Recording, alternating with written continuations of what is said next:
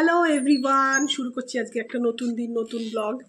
আজকে দিনটা খুব রোদ, কিন্তু তাও আমি আজকে যাচ্ছি ইসকন মন্দিরে। ইসকন মন্দিরের আজকে ছেলেটা কলকাতাতে আছে, তো ও আসবে। ভাবছি আজকে আমরা ভোগ সেবা করবো, মানে ভোগ প্রসাদ আজকে খাবো, তো সেজন্য যাচ্ছি। খুব রোদ, চলুন যাই তাহলে। দেখি, এখন রেডি হয়েছে, এখন তো আরও সাজগোজ করতে হবে, কারণ মাথায় পুরো ঢাকা দিতে হবে। করে নিয়ে আসছি। চলুন তাহলে রেডি হই। দেখুন আমি কিভাবে রেডি হচ্ছি। এইটা স্কার্ফটা পরছি। আজকে বৃহস্পতিবার, সবাই অনেকেই জানেন মনে হয় যে বৃহস্পতিবার দিন আমি হলুদ পরি, কোনো কিছু সাজগোজ করি না। তো আজকে যেহেতু ভোগ সেবা করব, ভোগ প্রসাদ সেবা করব, সেই জন্য আমরা ইসকনে যাচ্ছি। আজকে ভোগ আনবো, আজকে ছেলেটাও আসছে, ছেলেটার জন্যও নিয়ে আসবো। এসব কারণের ভেবেই যাচ্ছি। আর বৃহস্পতিবার তো নিরামিষ ইয়ে থেকে ভোগ পাওয়াটাও একটা ব্যাপার, কিন্তু প্রবলেম হয়ে গেছে আজকে একাদশীতে ভোগ, একাদশীর ভোগ আলাদা, আর আমি নিয়ে আসবো ভাত, কারণ মা অন্য ভোগ সেটা আমরা নিয়ে আসবো। মারা তো আর মা অবশ্য আজকে খাবে না, আজকে মা একাদশীরই খাওয়ার, কিন্তু মা বললো যে না, তুমি ভাতই নিয়ে এসো, মানে অন্য ভোগই নিয়ে এসো, কারণ আমার হাজব্যান্ড তো আর অন্য কিছু খাবে না, সেই কারণের জন্য বললাম ঠিক আছে। অন্য প্রসাদও পাওয়া যায়, সেই প্রসাদই আনতে যাচ্ছি। দেখুন আমাকে পুরো কেমন লাগছে, আতঙ্কবাদীদের মতো লাগছে, কিন্তু কিছু করার নেই, যা রোদ না, আমাকে এরকম করেই যেতে হবে। সানগ্লাসটা নিতে ভুলে গেছি, সানগ্লাসটাও নিয়ে নিই।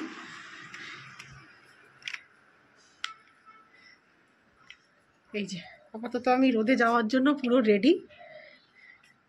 এখন এর মধ্যে হেলমেট পরবো, গাড়িটা বার করা আছে। চলুন তাহলে যাই। আমি ইসকনে পৌঁছে গেলাম ভর দুপুরে, আর ভাবলাম আজকে একাদশী, ঠাকুরের জন্য প্রত্যেকবারই মিষ্টি বা ফল কিছু নিয়ে যাই, কিন্তু এবারে আমার মনে হলো আমি একটু ডাব নিয়ে গেছি। আমি ভাবতেও পারিনি, এটা আমার কেন মনে হয়েছিল জানি না, আমি বাই চান্সই নিয়ে গেছিলাম ডাবটা। তো এখান থেকে আমি আবার ভোগ প্রসাদ কিনে নিলাম, আর একটু প্রদীপ নিলাম, যাই হোক। দিয়ে যখন গিয়ে ঠাকুরকে ভোগের জন্য ওখানে দিলাম, তখন ভদ্রলোক, মানে যিনি আমাদের পুজো করে দিচ্ছিলেন, ওখানকার যে পুরোহিত, মানে বৈষ্ণবী একজন পুজো করে দিচ্ছিলেন, উনি বললেন খুব ভালো কাজ করেছেন আপনি নিয়ে এসছেন, কারণ আজকে ঠাকুর এটাই সেবা করবেন, কারণ ঠাকুর তো আজকে অন্ন খান না, ডাল খান না, সেই জন্য ওনার খুবই ভালো কাজ করেছেন। আমি ভাবতেও পারিনি। আর জানেন তো বৈশাখ মাসে নাকি জলদানও করতে হয়, এগুলো আমার ধারণাতেই ছিল না, মানে উনি বলার পর আমার এত ভালো লাগছে। তো যাই হোক, এবার ঠাকুরের, আমি যখন গেছিলাম তখন মানে ভোগ আরতি শুরু হয়নি, তারপরে ভোগ আরতিটা শুরু হয়েছে। তো তখন আমি ঠাকুর দর্শন করেছিলাম, কিন্তু তখন আপনাদের দর্শন করাতে পারিনি। তারপর বসেছিলাম, হলো, তারপরে এখানে কীর্তন হচ্ছে। কীর্তনের পরে এখন আমরা এখন ঠাকুর দর্শন করছি। আপনারাও দর্শন করুন, হরি বল সবাই বলুন একবার করে। আর এই হচ্ছে আমার আজকে শুরু। আর এমনি সেরকম কি বলবো বুঝে উঠতে পারছি না, চারিদিকের অবস্থা তো দেখছেন, যুদ্ধ লাগবে মনে হচ্ছে। কি যে অবস্থা, মানুষ কেন যে এত হানাহানি ঝামেলার মধ্যে যায়, সাধারণ ব্যাপার নিয়ে মানুষ কত মানে উত্তেজিত হয়ে পড়ে। ঠিক আছে, আমি জানি, আমি সবার কথা বলছি না, অনেকে নিজের ইগো বা নিজের চাওয়াটা এত বড় করেই দেখে যে অন্যের চাওয়া ভালো লাগা, কেউ সেটা একবার ভেবে দেখে না যে অন্যজনও কত কষ্ট পেতে পারে, অন্যজনেরও ভেতর থেকে বেরোতে পারে, এবং তার জন্য কতটা খারাপ হতে পারে। তো কষ্ট নিচ্ছি, সহ্য করছি, করে যাব, কারণ আমার মধ্যে একটা জিনিস আছে, আমি কখনো না নেগেটিভিটি, খারাপ পথে যেতে চাই না। মানে যত রকমভাবে আসে, কিন্তু আমার কাছেও কিন্তু খারাপ জিনিসও, আর খারাপ জিনিস কিন্তু মানুষকে ভীষণভাবে আকর্ষণ করে। আপনি জানেন না খারাপ জিনিস কিভাবে মানুষকে আকর্ষণ করে। আমি নিজে বুঝেছি, যখন মানুষের খারাপ পরিস্থিতি হয়, তখন অনেক জিনিস থাকে যেটা আপনাকে আকর্ষণ করবে খারাপ পথে যাওয়ার জন্য, কিন্তু আমি কখনো যাই না বলতে আমি নিজেকে সংযম করতে শিখেছি। আমি সেটা হতে পারে ঠাকুরের জন্যই হোক, যার জন্যই হোক, আমি ঠাকুর ভক্ত, আমি প্রচণ্ড ঠাকুর ভক্ত।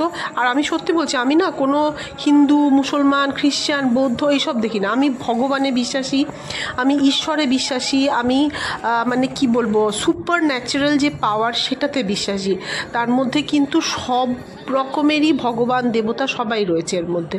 তো সেজন্য আমার মনে হয় ওইটা থাকলে না, তাহলে আর কোনো খারাপ ইয়েগুলো আসে না। এই যে আমাদের ভারতের ওপরে কম নির্যাতন তো হচ্ছে না দেখতে গেলে, যেমন বাংলাদেশ তেমন পাকিস্তান।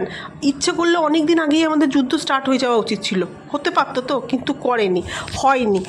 কোথাও না কোথাও সেটা সহ্য দেখিয়েছি, ঠিক আছে, যদি কোনো পলিটিক্যালি কূটনৈতিকভাবে জিনিসটাকে সুস্থভাবে সমাধান করা যায়, কিন্তু সেটা মানুষ বুঝবে না, জানি না কোন পরিস্থিতিতে উঠবে। একবার এটা ভেবে দেখছে না যুদ্ধ হলে সবারই খারাপ, যুদ্ধ কখনো ভালো হতে পারে না। তবে এটাও ঠিক, কতদিন মানুষেরটা সহ্য করা যায়, একবার না একবার তো গজরাতেই হয়। তো সেটাই একটু খারাপ লাগছিল আজকে আমার। এমনি তো অনেক দিন ধরেই ভাবছিলাম এটা নিয়ে একটু কথা বলবো, থাক এইসব নিয়ে কথা বলে লাভ নেই।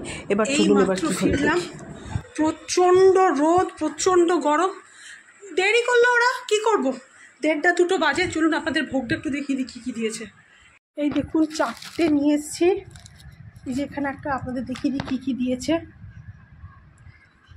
একটা ভাত, একটা পোলাও, একটা ভাজা, চাটনি, এটা মনে হচ্ছে ধোকার ডালনা, পায়েস, এটা এঁচোড়ের তরকারি, এটা আলু পটলের তরকারি, এই হচ্ছে দিয়েছে। আর এই যে ডাল, এই হচ্ছে। আমি খাবো তখন আপনাদের আবার দেখাবো।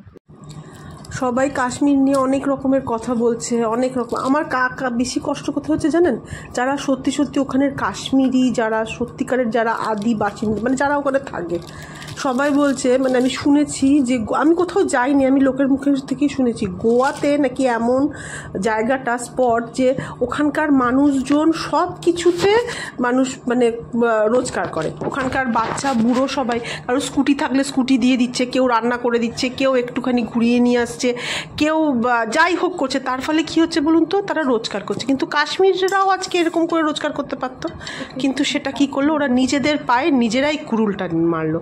মানে আমার এত খারাপ লাগছে, এত খারাপ লাগছে না যে কি বলবো, মানে ওদের জন্যই আমার বেশি কষ্ট হচ্ছে, জানেন তো। আচ্ছা চলুন আপনাদের দেখিয়ে আজকে আমি কি কি খাচ্ছি, তারপরে আবার আসছি, কথা বলবো। এটা আলু পটল, এটা এঁচোড়,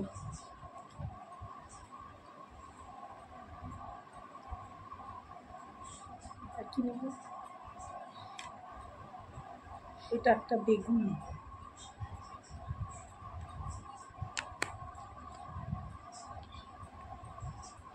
পোলাও,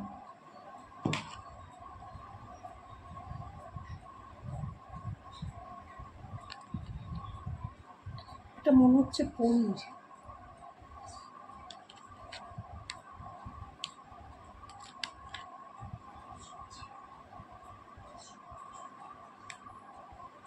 ব্যাস। এবার আমি এখন খাবো, খেয়ে দেখি, আর এত খেতে পারবো না। খাবারটা দেখানোর আগে একটা কথা বলি, শুধুমাত্র যে কাশ্মীরিদের জন্য কষ্ট লাগছে তা কিন্তু না, যাদের চলে গেল তাদের যে কী ক্ষতি হলো শুধু সেটাই তারাই জানে।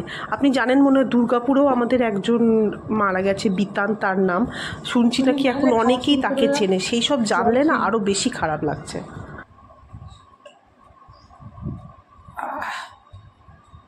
ঠান্ডা জল খেলাম এই গরমে প্রথম, শান্তি লাগছে একদম। যাকগে, একটু ডালটা নিই।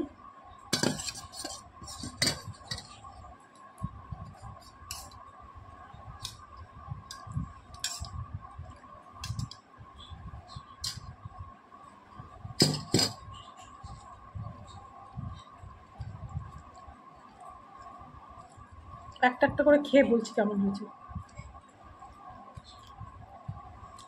ডাল ভাত খুব ভালো।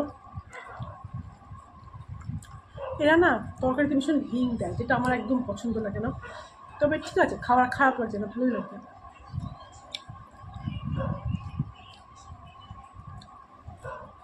নিরামিষ আলু পটলের তরকারি, ভোগের খেতে খুবই ভালো লাগে, যেমনই হোক ভালো লাগছে।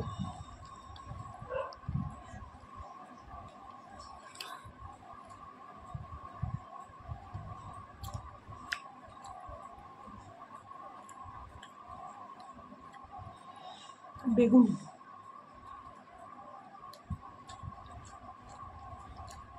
ভালো লাগছে।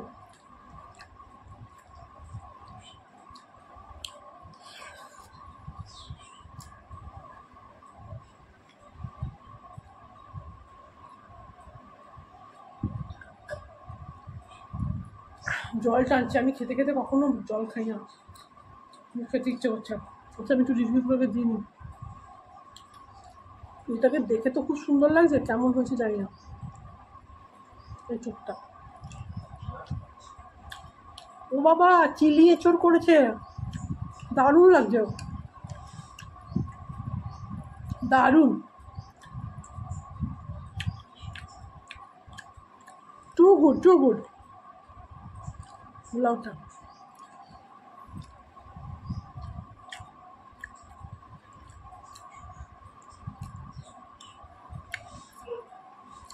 ভালো। তো আজকে আমার এই ছিল অল্প একটুখানি ভিডিও, কেমন লাগলো অবশ্যই জানাবেন। দেখা হবে তাহলে একটা নেক্সট ভিডিও। টিল দেন, হরে কৃষ্ণা।